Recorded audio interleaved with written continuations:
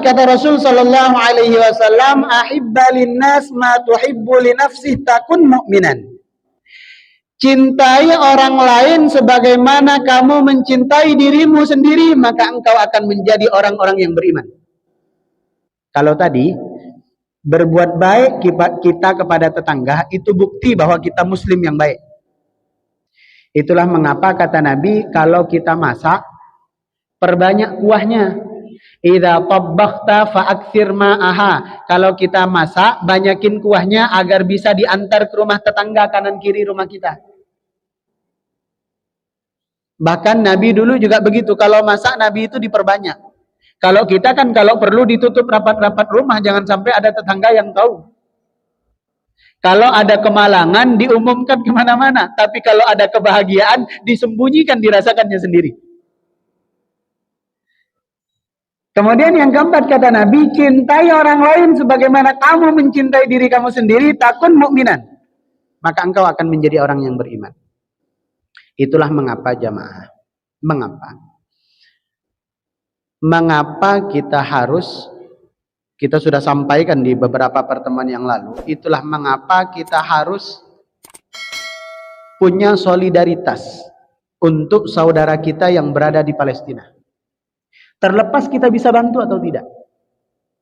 Terlepas kita bisa menyumbangkan uang atau tidak. Terlepas kita bisa berkontribusi atau tidak. Terlepas apa yang kita lakukan itu berpengaruh bagi mereka atau tidak. Yang jelas solidaritas.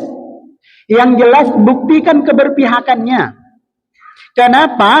Al-mu'min, seorang mukmin dengan mukmin yang lainnya itu kata Rasulullah kal jasadil wahid, seperti badan yang satu. Kalau satu anggota badan kita tersakiti, maka anggota badan yang lain ikut merasakan sakit. Kalau kaki dipijak, mulut yang teriak. Kalau gigi yang sakit, kepala yang cenut-cenut. Kenapa itu bisa terjadi? Karena satu badan. Maka kita dengan saudara kita mukmin lainnya sama dengan satu badan. Kalau mereka merasakan penderitaan karena diperlakukan dengan penuh kezaliman dan penganiayaan, kita merasakan kepedihan dan kesedihan yang sama. Ini kadang-kadang membantu tidak, bersolidaritas tidak, berpihak juga tidak. Yang ada malah mengolok-olok mencari cara bagaimana kita tidak bisa mendukung. Disebutlah ini sebenarnya konfliknya begini. Ada lagi yang bersuara, salah dulu sih, nyerang duluan. Begitu dibalas kelabakan kan? Segala macam opini itu dibuat. Padahal sebenarnya adalah itu sedang Allah membuktikan kepada kita siapa di antara kita yang ada keimanan di dalam hatinya. Karena kalau orang yang beriman, orang lain merasakan sakit, kita merasakan sakit yang sama. Apalagi yang mereka rasakan bukan hanya sakit. Makanya jamaah bersyukur betul-betul kita di Indonesia. Kenapa? Kita sholat nyaman. Kita ibadah aman. Kita duduk macam ini aman. Nggak ada yang tiba-tiba ngelempar bom, nggak ada kan? Nggak pernah tiba-tiba turun rudal habis kita semua, nggak pernah ada. Maka bersyukur, salah satu bentuk syukurnya adalah selagi ibadah dijamin kenyamanan dan keamanannya, ramaikan, datang, hadiri, makmurkan masjidnya. Mereka mau datang ke masjid, apalagi sholat Jumat, itu mereka berpamitan kepada keluarganya dua kata-katanya. Nah, Bu, saya mau sholat Jumat. Kalau ditakdirkan oleh Allah, saya akan pulang kembali kemari. Tapi kalau Allah berkehendak lain, saya akan langsung pulang menghadap kepada Allah Subhanahu wa ta'ala. Sampai sebegitunya. Sampai sebegitunya. Bahkan viral di media sosial beberapa hari yang lalu, di mana sekolah itu sudah ditutup.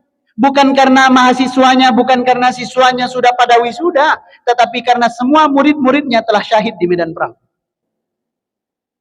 Udah mati semuanya muridnya, nggak ada lagi siswanya. Bahkan tersisa satu-satunya universitas di Gaza sudah rata dengan tanah hari ini. Maka kita bersyukur.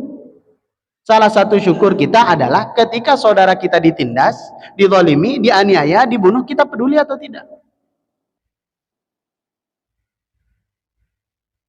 Makanya kemarin kan kita ibaratkan, jangan seperti burung gagak. yang ada pada zaman Nabi Ibrahim alaihi salatu wassalam, yang saat Nabi Ibrahim itu dibakar, dia diam aja. Jadilah sebagaimana burung pipit di zaman Nabi Ibrahim saat beliau dibakar. Saat Nabi Ibrahim dibakar, burung pipit mondar-mandir membawa air, diletak di paruhnya dan disiramkan ke api yang membakar Nabi Ibrahim alaihi salatu wassalam. Ditanya oleh burung gagak, apa yang kamu lakukan itu? Kata burung pipit, saya berusaha memadamkan apinya. Kata burung gagak, mana mungkin, air yang kamu bawa itu terlalu sedikit, sementara api yang membakar itu terlampau besar, tidak berpengaruh. Tapi apa kata burung pipit? Apa yang saya lakukan ini memang tidak besar pengaruhnya, tapi ini akan menjadi alasan saya di hadapan Allah saat saya nanti ditanya, saat Nabi Ibrahim itu dibakar, siapa yang kamu bela? Sama dengan kita hari ini. Bukan seberapa besar sumbangan kita, bukan seberapa berpengaruh boikot kita terhadap produk-produk mereka, bukan seberapa pengaruh stiker-stiker bendera-bendera yang sudah kita kibarkan untuk mendukung mereka. Tidak ditanya berpengaruh atau tidak. Yang akan Allah tanya nanti, kita berpihak kepada siapa?